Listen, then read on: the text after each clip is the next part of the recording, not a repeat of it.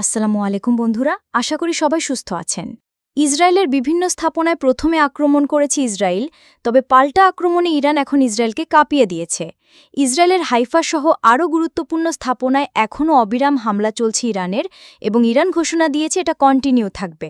যদিও যুক্তরাষ্ট্র প্রকাশ্য স্টেটমেন্ট দিয়েছে ইরানের ভেতর ইসরায়েলের হামলার সঙ্গে কোনোভাবেই যুক্তরাষ্ট্র জড়িত নয়, তবে মধ্যপ্রাচ্যের বড় সংবাদ মাধ্যম মিডল ইস্টাই এবং অন্যান্য সংবাদ মাধ্যম নিশ্চিত করছে ইরানে হামলার মাত্র ৩ দিন পূর্বেই যুক্তরাষ্ট্র তাদের যে হেলথফায়ার মিসাইল রয়েছে অন্তত ৩০০ ইউনিট জরুরি ভিত্তিতে ইসরায়েলে ডেলিভারি দিয়েছে।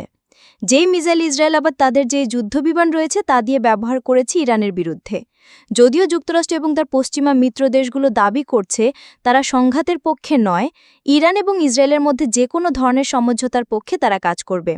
তবে বাস্তবতা হল যুক্তরাষ্ট্রে যে মিত্র দেশ রয়েছে যুক্তরাজ্য একেবারে সরাসরি ইসরায়েলের পক্ষে হয়ে ইরানের বিরুদ্ধে অনেকটা যুদ্ধই ঘোষণা করেছে।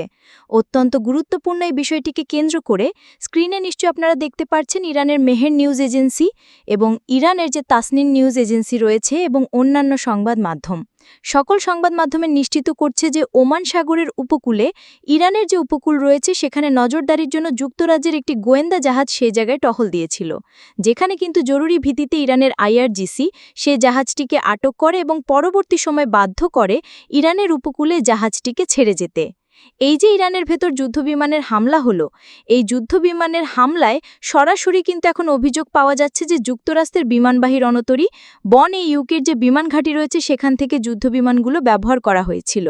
দেখুন, ইসরায়েল যেমনটা দাবি করছে যে তাদের F-35 যুদ্ধবিমান যেগুলোর রেঞ্জ হলো 700 থেকে 800 কিলোমিটার, সেই যুদ্ধবিমান কোনো ধরনের ঘাঁটিতে অবতরণ ছাড়া কিংবা আকাশে রিফিউলিং ছাড়াই নতুন করে ডিজাইনে তারা ভিন্নতাই এনে সেটাকে প্রায় 1200 থেকে সর্বোচ্চ 2000 কিলোমিটার দূরের টার্গেটে আঘাত করে ইরানের ভেতর আবার সেটা চলে এসেছে।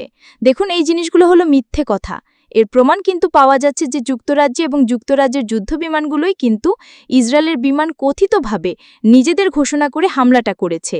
স্ক্রিনে নিশ্চয়ই আপনারা দেখতে পাচ্ছেন খুদ ভারতীয় সংবাদ মাধ্যমের খবর। ভারতের যে কেরালার বিমানবন্দর রয়েছে সেখানে হঠাৎ করেই কিন্তু ব্রিটিশ যুদ্ধবিমান F-35 জরুরি ভিত্তিতে অবতরণ করেছে। ভারতীয় সরকার এই বিষয়ে যেমনটা দাবি করছে এবং দাবি করছে যে F-35 এর যে জ্বালানি সেটা শেষ হয়ে গিয়েছিল, তারা আরব সাগরের উপর একটা মহড়ায় ছিল, নিয়মিত টহলে ছিল। টহলরত অবস্থায় হঠাৎ করে জ্বালানি ফুরিয়ে যায়, আর এই জন্যই কিন্তু যুক্তরাজ্যের F-35কে ভারতে অবতরণ করতে হয়েছে। দেখুন, নাটক আসলে কত প্রকার। ইরান নিশ্চিত করেছে F-35 এর নতুন বহর আরব সাগরের দিক দিয়ে ইরানের ভেতর আক্রমণ করতে চেয়েছিল, তবে তাদের আকাশ প্রতিরক্ষা ব্যবস্থা সেটা প্রতিহত করেছে এবং আকাশ প্রতিরক্ষা ব্যবস্থার মিসাইল থেকে বাঁচার জন্যই জরুরি ভিত্তিতে কিন্তু যুক্তরাজ্যের এই যুদ্ধবিমান ভারতে গিয়ে আশ্রয় নিয়েছে। যদিও চাঞ্চল্য করে এই বিষয়টিকে কেন্দ্র করে যুক্তরাষ্ট্র এবং যুক্তরাজ্য দুই দেশের সরকারি কোনো ধরনের তথ্য প্রকাশ করতে বা মন্তব্য করতে রাজি হয়নি। এখন দেখুন, এই জিনিসটা সামরিক বিশেষজ্ঞরা এক বাক্যে স্বীকার করেন যে যুক্তরাষ্ট্রের সহযোগিতা যদি ইসরায়েলের উপর না থাকে তাহলে ইরানের বিরুদ্ধে যুদ্ধক্ষেত্রে 3 থেকে 4 দিনের বেশি ইসরায়েল কোনোভাবেই টিকতে পারবে না, এবং বর্তমানে গোপনে বিপুল পরিমাণে সহযোগিতা ইরানের বিরুদ্ধে হামলার ক্ষেত্রে যুক্তরাষ্ট্র সহযোগিতা করছে, যুক্তরাজ্য নতুন করে যুক্ত হয়েছে। এখন ইরান কেন বসে থাকবে? ইরান কেন এই যুক্তরাষ্ট্রের বিরুদ্ধে ইরাকের ভেতর যে ঘাঁটি রয়েছে যেটা ব্যবহার হয়েছে ইরানের ভূখণ্ডে আক্রমণ করার জন্য সেখানে হামলা করবে না? এবার কিন্তু নজিরবিহীনভাবে বড় পদক্ষেপের অংশ হিসেবে ইরাকের ভেতরে থাকা যুক্তরাষ্ট্রের যে ঘাঁটি রয়েছে সেখানে মুহুর্মুহু ড্রোন হামলা হয়েছে। যদিও যুক্তরাষ্ট্রের প্রেসিডেন্ট ডোনাল্ড ট্রাম্প হুমকি ধামকি দিয়েই রেখেছিলেন যে ইরাকের ভেতর তাদের যে ঘাঁটি রয়েছে বা অপর প্রান্ত সংযুক্ত আরব আমিরাত বা কাতারের ভেতর যে সকল ঘাঁটি রয়েছে সেগুলোকে যদি ইরান টার্গেট করে তাহলে ভালো হবে না, শক্তিশালীভাবে পাল্টা আক্রমণও করতে পারে যুক্তরাষ্ট্র, এমন হুঁশিয়ারি দেওয়া হয়েছিল। এমন একটি টানটান উত্তেজনার মধ্যে এবং হুঁশিয়ারির মধ্যেই কিন্তু ইরাকের ভেতরে থাকে যুক্তরাষ্ট্রের যে ঘাঁটি রয়েছে সেটাকে ড্রোনের মাধ্যমে এভাবে আটক করে টার্গেট বানানো হলো। দেখুন, ইস্যুটিকে কেন্দ্র করে সম্পূর্ণভাবে ডিনাই করেছে ইরান যে আমরা এই হামলা করিনি। হামলা হয়েছে, এটা সত্য কথা, তবে হামলা করেছে প্রক্সিরা। ওই অঞ্চলের ভেতরে ছোট ছোট যারা বিদ্রোহী গোষ্ঠী রয়েছে, যারা নিজস্ব স্বাধীনতা চায় বা নিজের যে অধিকার রয়েছে সেটা প্রতিষ্ঠা করতে চায়, তারা স্বতন্ত্রভাবে সিদ্ধান্ত নিয়ে এটা বাস্তবায়ন করেছে। এক্স্যাক্টলি যেমনটা যুক্তরাষ্ট্র ইসরায়েলের বিষয়কে কেন্দ্র করে স্টেটমেন্ট দেয় যে ইসরায়েল নিজ ইচ্ছায় নিজের যে স্বতন্ত্র সিদ্ধান্ত বাস্তবায়নের ক্ষেত্রেই তারা ইরানে আক্রমণ করেছে, এখানে যুক্তরাষ্ট্রের কোনো হাত নেই। এই যুক্তরাষ্ট্রের ঘাঁটিতে হামলার ক্ষেত্রেও ইরান একইভাবে মন্তব্য করেছে যে আমাদের কোনো হাত নেই, এটা প্রক্সিরা করেছে, প্রক্সিরা অব্যাহত রাখবে, আপনার যদি কিছু করার থাকে প্রক্সিদের মধ্যে করেন।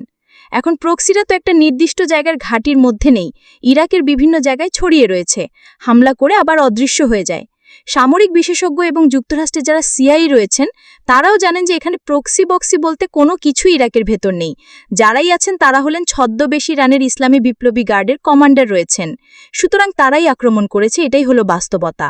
যেমনটা জানা গেছে যে ইরাকের ভেতরে অবস্থিত যুক্তরাষ্ট্রের ঘাঁটিটিকে লক্ষ্য করে ডজন খানেক ড্রোন হামলা করা হয়েছে। যুক্তরাষ্ট্র দাবি করেছে যে তারা প্রতিহত করতে পেরেছে, আবার বিভিন্ন সংবাদ মাধ্যমও নিশ্চিত করছে যে কয়েকটি হিটও করেছে। তবে ক্ষয়ক্ষতির বিষয়ে কোনো তথ্য যুক্তরাষ্ট্র এখনও প্রকাশ করেনি। যেই জিনিসটা যুক্তরাষ্ট্র বলবে যে ইসরায়েল এই জিনিসটা করতে চেয়েছিল, আমি বাধা দিয়েছি, সেটা হতে দেইনি, নিশ্চিতভাবেই ধরে নিতে হবে সেই জিনিসটাই বাস্তবায়ন হতে চলেছে। এর আগেও কিন্তু তিনি বলেছিলেন যে ইরানে বিমান হামলা করতে চেয়েছিল ইসরায়েল, আমি সেটা আটকে দিয়েছি। এইবার গতকালকে ডোনাল্ড ট্রাম্প তার বক্তব্যে দাবি করেছেন যে ইরানের সুপ্রিম লিডার আয়াতুল্লাহ খামেনিকে গুপ্ত মিশনের মাধ্যমে হত্যা করতে চেয়েছিল ইসরায়েল বন মোসাদ, তবে তিনি এই সম্পূর্ণ মিশনের সিদ্ধান্ত আটকে দিয়েছেন। তিনি সায় দেননি এটা করার জন্য। যুক্তরাষ্ট্র প্রেসিডেন্ট ডোনাল্ড ট্রাম্পের এই বক্তব্য ভূরাজনীতিবিদরা এবং যারা সামরিক বিশেষজ্ঞ রয়েছেন তারা এক বাক্যে স্বীকার করেছেন যে ইরানের জন্য বড় ধরনের একটা থ্রেট বা হুমকির মতো। যুক্তরাষ্ট্র প্রেসিডেন্ট ডোনাল্ড ট্রাম্প তার এই স্টেটমেন্টে সরাসরি পরিষ্কারভাবে এটাই বোঝাতে চেয়েছেন যে তার সবুজ সংকেতে অনেক কিছুই হতে পারে, নেতৃত্বের পরিবর্তন থেকে শুরু করে সর্বোচ্চ স্তরেও আক্রমণ হতে পারে। এর পূর্বে যুক্তরাষ্ট্রের সবুজ সংকেতের কারণেই ইরানের আইআরজিসি বা ইসলামী বিপ্লবী গার্ডের প্রধান, ইরানের সামরিক বাহিনীর প্রধান, পুলিশ প্রধান এবং প্রায় 8 থেকে 9 জন যে পরমাণু বিজ্ঞানী রয়েছেন তারা নিহত হয়েছেন। যুক্তরাষ্ট্র পরিষ্কারভাবেই কিন্তু তার বক্তব্যে এমন হুমকি দিয়েছেন এই নতুন স্টেটমেন্টের মাধ্যমে। এখন দেখার বিষয় ইরানের প্রতিক্রিয়া আসলে কি হয়। ইরান তার সুপ্রিম লিডারের প্রতি কোনো ধরনের পদক্ষেপের পাল্টা প্রতিক্রিয়া কতটা শক্তিশালী নিতে পারে সেটা আমরা সবাই জানি। পরমাণু বোমা তৈরি করে পরমাণু বোমা হামলাও হয়ে যেতে পারে। এখন দেখার বিষয় আসলে যুক্তরাষ্ট্র সর্বোচ্চ স্তরে কি সিদ্ধান্ত নেয় এবং কি ঘটে। তো বন্ধুরা, আজকের মতো বিদায়। নতুন কোনো ভিডিও নিয়ে আবার দেখা হবে। সে পর্যন্ত সবাই ভালো থাকবেন, সুস্থ থাকবেন এবং বাংলাদেশকে ভালোবাসবেন।